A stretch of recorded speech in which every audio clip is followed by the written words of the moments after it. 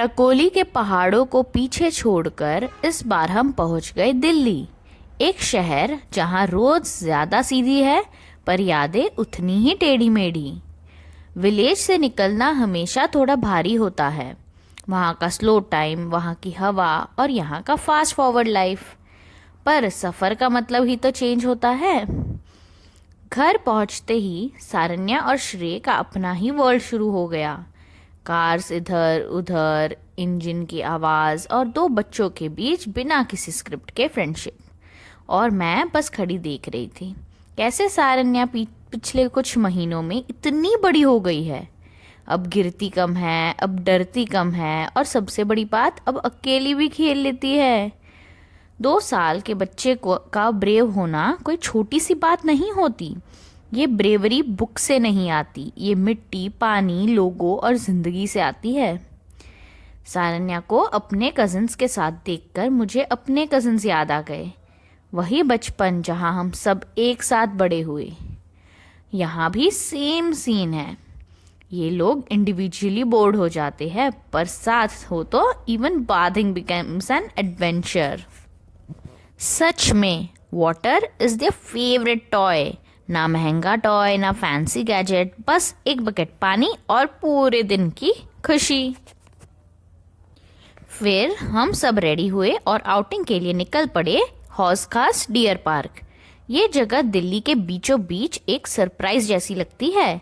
एक ऐसा पार्क जो सिर्फ पार्क नहीं, हिस्ट्री और नेचर का साथ साथ चलना है। हौस खास का मतलब होता है रॉयल वाटर टैंक। ये पानी का रिजर्वायर 13th सेंचुरी में अलाउद्दीन खिलजी के टाइम बनाया गया था ताकि पूरे सिटी को पानी मिल सके। सोचो, जहाँ आज बच्चे बलून्स के पीछे भाग रहे हैं, वहीं कभी शहर का पानी भरा जाता था। यहाँ एनिमल्स थे, डियर शांति से घूम रहे थे, डक्स पानी में तैर रही थी और हवा में तो इतने सारे फ्लाइंग बैट्स। फन फैक्ट बताऊं, बैट्स नेचर का बेस्ट कंट्रोल होते हैं। ये एक रात में हजारों इंसेक्ट्स खा जाते हैं। वाटर थोड़ा एल्गे से भरा था जो स्टैग्नेंट वाटर में कॉमन होता है। नेचर का अपना बैलेंस होता है, परफेक्ट नहीं पर रियल। फिर बच्चों के हाथ एक ट्रेजर लग गया, किसी पुरानी पार्टी के लेफ्ट ओवर बलून्स, और फिर तो दुनिया ही गई भाड़ में। कभी कभी जिंदगी हमें याद दिलाती है कि कभी खुशी होती है ना, वो छोड़े हुए रंग में भी मिल ही जाती है। फिर तभी एक ना छक्का आया हमारे पास पैसे मांगने। हम नॉर्मली सपोर्ट नहीं करते, स्पेशली जब कोई रूड हो या स्नैचिंग करे, पर ये इंसान अलग था। उसने बात की, स्माइल दी और एक मोमेंट के लिए दुनिया थोड़ी कम कड़वी लगने लग गई। उसने इतनी सारी बातें की। ऑनेस्टली, जब कोई बिना जबरदस्ती के सिर्फ इंसानियत से बात करे ना, तो दिल हाथ खोल के खुद ही दे देता है। फिर मैंने देखा अनूप को सारन्या के साथ एंजॉय करते हुए।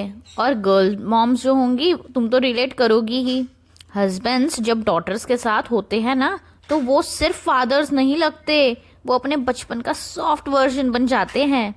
और शायद इसीलिए डॉटर्स फादर्स को इतना फियरलेस बना देती है। फिर वो स्लोप आया और बच्चे दौड़ने लगे जैसे ग्रेविटी भी उनके रूल्स फॉलो कर रही हो। एंशिएंट हौस खास मॉन्यूमेंट के अंदर फिर एक जो गिटारिस्ट था वो गाने गा रहा था और गिटार बजा रहा था। स्टोन वॉल से टकराता हुआ म्यूजिक और ज़्यादा गहरा हो रहा था। बच्चे खेल रहे थे, लोग सुन रहे थे और टाइम बस रुक गया था।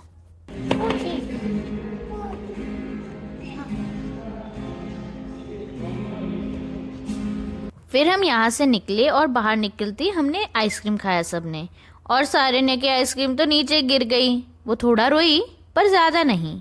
और फिर एक साइलेंट सा लेसन मिल गया उसको, और अगली बार जो आइसक्रीम मिली उसको, वो उसने बहुत ज़्यादा संभल के पकड़ी।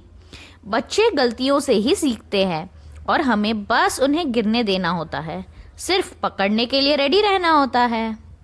फिर हमने थोड़ा सा स्ट्रीट फूड खाया, थोड़ी हंसी और फिर हम गए वापस घर। एक दिन ख़त्म हुआ पर सफर अभी भी बाकी है। शहर हो या पहाड़, जिंदगी हर जगह कुछ सिखा जाती है। सफर वही अच्छा होता है जहां हम थोड़े और समझदार होकर लौटते हैं और हम अगला चैप्टर खोलने के लिए रेडी थे। आज के लिए इतना ही, मिलते हैं कल। तब तक के लिए बाय बाय। तब तक के लिए बाय बाय।